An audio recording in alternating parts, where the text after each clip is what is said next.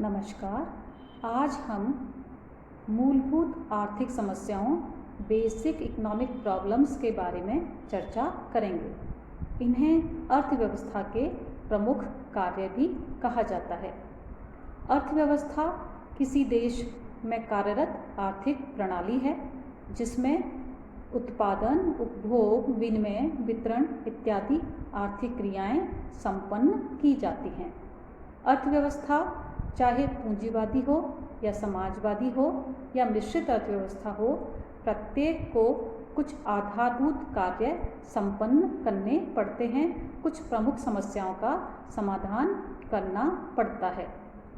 अर्थव्यवस्था की जो प्रमुख समस्याएं हैं वो दो मूलभूत कारणों से उत्पन्न होती हैं। पहला ये कि हमारी आवश्यकताएं अनंत हैं, यानी हमारे उद्देश्य, हमारे लक्ष्य अनंत हैं और इनको पूरा करने के लिए हमारे पास साधन सीमित हैं। यदि हमारी पास असीमित साधन होते तो कोई समस्या नहीं होती, और यदि हमारी आवश्यकताएं अनंत नहीं होती, आवश्यकताओं के सापेक्ष में हमारे पास साधन अधिक मात्रा में होते तो कोई समस्या नहीं होती। लेकिन इन दोनों कारणों के कारण अर्थव्यवस्था में चुनाव की समस्या उत्पन्न हो जाती है। किसी भी अर्थव्यवस्था को कुछ मूलभूत आर्थिक समस्याओं का सामना करना पड़ता है। सबसे पहले हम ले सकते हैं कि अर्थव्यवस्था को यह निश्चित करना होता है कि क्या उत्पन्न किया जाए और कितना उत्पन्न किया जाए। कहने का मतलब है कि अर्थव्यवस्था में कौन कौन सी वस्तुएं उत्पन्न की जाएं और उनकी कितनी मात्रा उत्पन्न की जाए। अर्थव्यवस्था में पूंजीगत वस्तुएं उत्पन्न की जाएं या उपभोक्ता वस्तुएं उत्पन्न की जाएं।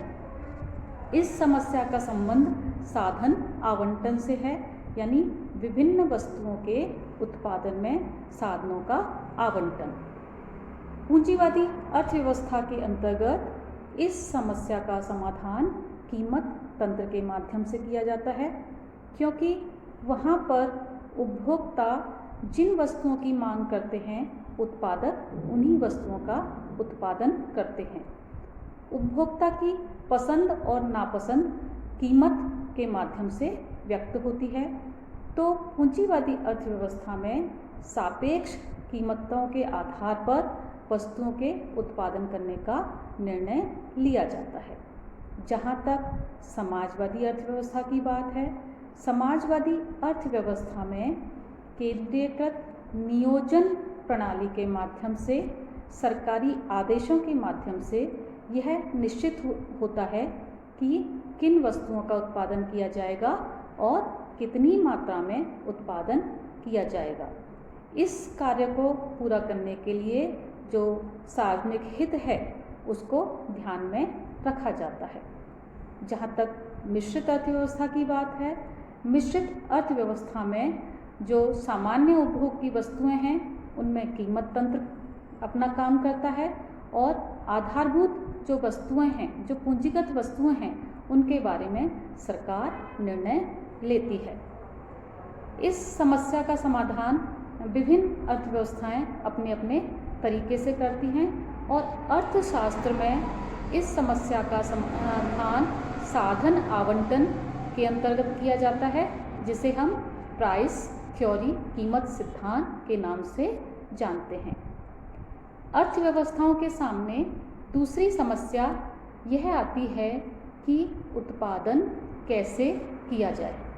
कहने का मतलब यह है कि उत्पादन का संगठन क्या हो, जिसका मतलब है कि वस्तुओं को उत्पन्न करने के लिए कौन सी तकनीक अपनाई जाए। तकनीक श्रम गहन हो सकती है या पूंजी गहन हो सकती है। इसको हम इस उदाहरण से समझ सकते हैं कि मान लीजिए कपड़े का उत्पादन करना है, तो कपड़े का उत्पादन मिल क्षेत्र में किया जा सकता है या पावरलूम और हैंडलूम क्षेत्र में लघु और कुटीर उद्योगों के माध्यम से किया जा सकता है। तो अर्थव्यवस्था को यह निश्चित करना होगा कि उत्पादन की कौन सी तकनीक अपनाई जाए।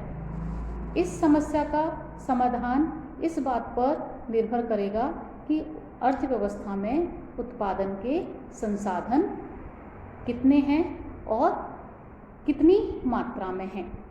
जो अर्थव्यवस्थाएं पूंजी प्रधान हैं वह पूंजी गहन तकनीक को अपनाएंगी और जो अर्थव्यवस्था श्रम प्रधान है वह श्रम प्रधान तकनीक को अपना सकती हैं। पूंजीवादी अर्थव्यवस्था में इस समस्या का समाधान करने के लिए जो साधन कीमत हैं उनका महत्वपूर्ण रोल होता है और जो उत्पादक है वो अपने लागत को कम से कम करना चाहते हैं। इसके लिए वह महंगे साधन के स्थान पर सस्ते साधन को प्रतिस्थापित करते हैं। समाजवादी अर्थव्यवस्था में इस समस्या का समाधान निकालने के लिए जो अर्थव्यवस्था में साधन उपलब्धता है, फैक्टर एंडोमेंट है, उसको ध्यान में रखकर ट्रायल एंड एरर मेथड के माध्यम से भूल और त्रुटि सुधार मेथड के द्वारा उत्पादन के साधनों का बंटवारा विभिन्न उपयोगों में किया जाता है। मिश्रित अर्थव्यवस्थाओं में जो कम महत्वपूर्ण वस्तुएं हैं जो उनमें श्रम प्रधान तकनीक अपनाई जा सकती है और जो आधारभूत उद्योग हैं, जो पूंजी गहन उद्योग हैं, उनमें पूंजी गहन तकनीक अपनाकर सरकार इस समस्या का समाधान करती है। इसके अलावा अर्थव्यवस्था में तीसरी समस्या यह आती है कि जो उत्पादित वस्तुएं और सेवाएं हैं उनका समाज में और व्यक्तियों में वितरण कैसे किया जाए। यानी हम कह सकते हैं उत्पादन किनके लिए किया जाए। उत्पादन किनके लिए किया जाए यह इस बात पर निर्भर करेगा कि अर्थव्यवस्था में जो क्रय शक्ति है, जो मौद्रिक आय है, उसका वितरण किस प्रकार से है। समाज में मौद्रिक आय इस बात पर निर्भर करती है, व्यक्तियों की मौद्रिक आय, कि समाज में साधनों का वितरण किस प्रकार है और उन साधनों की सापेक्ष कीमत क्या है। कहने का मतलब ये हुआ कि किन व्यक्तियों को उत्पादित वस्तुओं का कितना भाग प्राप्त होगा वह इस बात पर निर्भर करेगा कि वे किन साधनों के स्वामी हैं और उन साधनों की सापेक्षिक कीमत क्या है। और साधनों की जो सापेक्षिक कीमत है वह साधन की दुर्लभता पर निर्भर करती है। पूंजीवादी अर्थव्यवस्था में जो वस्तुओं और सेवाओं का वितरण है वो वैयक्तिक आय पर निर्भर करता है। जिस व्यक्ति की आय अधिक है वह अधिक वस्तुओं और सेवाओं पर अपना अधिकार कर सकता है, प्राप्त कर सकता है। लेकिन समाजवादी अर्थव्यवस्था में जो वस्तुओं का वितरण है वो सामान्यतः समानता को ध्यान में रखकर किया जाता है कि और उसमें जो आय है, आय का वितरण समान इस रूप में होता है कि वहाँ एक सिद्धांत होता है कि योग्यता अनुसार काम और आवश्यकता अनुसार प्रतिफल। लेकिन पूंजीवादी अर्थव्यवस्था में आय की असमानताएं होने के कारण न्यायोचित वितरण का प्रश्न प्रायः नहीं होता। लेकिन जो मिश्रित अर्थव्यवस्थाएं हैं वे वस्तुओं और सेवाओं के वितरण में कीमत प्रणाली के साथ साथ सरकारी नियंत्रण का प्रयोग में लेती हैं। यानी सरकार प्रगतिशील करारोपण के माध्यम से और जो निर्धन वर्ग है उनको सामाजिक सुरक्षा के अंतर्गत कई योजनाओं का लाभ देकर क्रय शक्ति का हस्तांतरण करके उनको वस्तुओं और सेवाओं की उनके प्रति पहुंच सुलभ कराती है।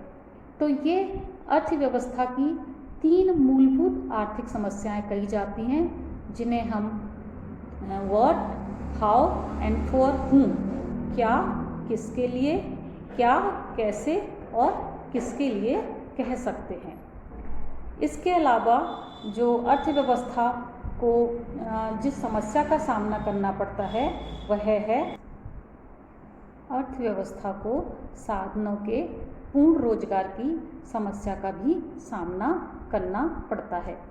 एक तरफ तो जो उत्पादन के साधन हैं वो सीमित हैं और दूसरी तरफ उनका पूरी तरह से उपयोग नहीं हो पाता, साधन अप्रयुक्त रहते हैं। जैसे भारत में श्रम की अधिकता है, लेकिन यहाँ पर पूंजी के अभाव के कारण श्रम साधन जो है अप्रयुक्त रहता है, बेरोजगारी की समस्या रहती है। पूंजीवादी अर्थव्यवस्थाओं में और विकसित अर्थव्यवस्थाओं में प्रायः मांग की कमी के कारण उत्पादन के साधन अप्रयुक्त रहते हैं।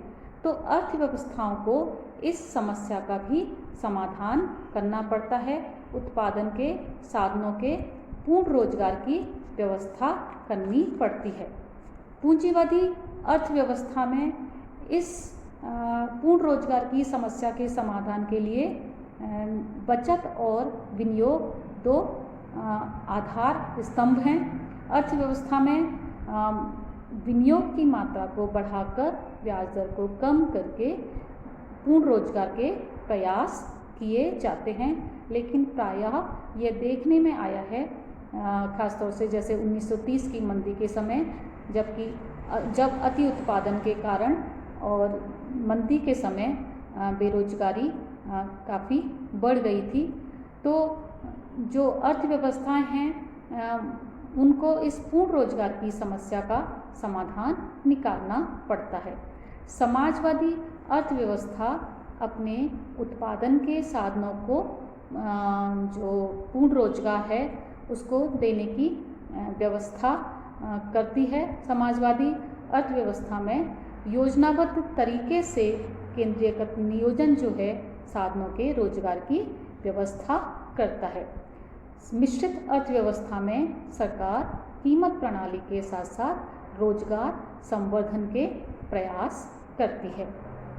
इसके अलावा अर्थव्यवस्थाओं को यह भी देखना होता है कि उत्पादन के साधनों का कार्यकुशल उपयोग हो रहा है या नहीं हो रहा, या अर्थात एफिशिएंसी की प्रॉब्लम अर्थव्यवस्था की एक अन्य समस्या है। कुशलता की जो समस्या है उसमें हम दो तरह की कुशलताओं की बात कर सकते हैं, उत्पादन की कुशलता और वितरण की कुशलता। अर्थव्यवस्थाओं को उत्पादन की कुशलता तब प्राप्त होती है जब उत्पादन के साधनों के पुनर्आवंटन के द्वारा एक वस्तु का उत्पादन घटाए बिना दूसरी वस्तु का उत्पादन बढ़ाना संभव नहीं होता, तब हम कहते हैं कि उत्पादन कुशल है, एफिशिएंट प्रोडक्शन है। और वितरण की कुशलता हम अर्थव्यवस्थाएं तब प्राप्त करती हैं जब एक व्यक्ति के उपभोग को या संतुष्टि को घटाए बिना दूसरे व्यक्ति का उपभोग बढ़ाना संभव नहीं है। अर्थशास्त्र में जो कुशलता या अकुशलता की जो समस्याएं हैं उनका अध्ययन हम कल्याणकारी अर्थशास्त्र में करते हैं। प्रायः पूंजीवादी और समाजवादी दोनों प्रकार की अर्थव्यवस्था में उत्पादन और वितरण की अकार्यकुशलताएं पाई जाती हैं। अर्थव्यवस्था को यह भी देखना होता है कि क्या अर्थव्यवस्था की उत्पादन क्षमता का विस्तार एवं विकास हो रहा है, उत्पादन क्षमता घट रही है या स्थिर है। यह समस्या आर्थिक विकास से संबंध रखती है। यदि अर्थव्यवस्था में वस्तुओं और सेवाओं का उत्पादन बढ़ता है, उत्पादन के साधनों में वृद्धि होती है, तो अर्थव्यवस्था का विकास होता है। अर्थव्यवस्था के विकास के फलस्वरूप राष्ट्रीय आय जीएनपी में वृद्धि होती है। अर्थव्यवस्था को आर्थिक विकास का निर्णय लेते समय ये देखना होता है कि कितना भाग उपभोग वस्तुओं पर व्यय किया जाए, कितना भाग उपभोग वस्तुओं को उत्पादित किया जाए और कितना पूंजीगत वस्तुओं का उत्पादन किया जाए। यदि हम वर्तमान में पूंजीगत वस्तुओं का अधिक उत्पादन करेंगे तो भविष्य में अर्थव्यवस्था की उत्पादन क्षमता का विस्तार होगा। विस्तार और विकास संबंधी जो समस्याएं हैं उनका अध्ययन हम अर्थशास्त्र में विकास अर्थशास्त्र के अंतर्गत करते हैं। तो ये विभिन्न आधारभूत कार्य हैं जो किसी इकोनॉमी को, किसी अर्थव्यवस्था को करने पड़ते हैं और अलग अलग प्रणालियाँ अलग अलग तरीके से इन समस्याओं का हल निकालती हैं। निष्कर्ष ये है कि इन सभी समस्याओं का कारण यह है कि हमारी आवश्यकताएं अधिक हैं। उन आवश्यकताओं को पूरा करने के लिए, उन लक्ष्यों को पूरा करने के लिए हमारे पास संसाधन सीमित हैं। इसलिए इन सीमित संसाधनों का कुशलतापूर्वक उपयोग और पूर्ण उपयोग की समस्या अर्थव्यवस्था के सामने होती है। धन्यवाद।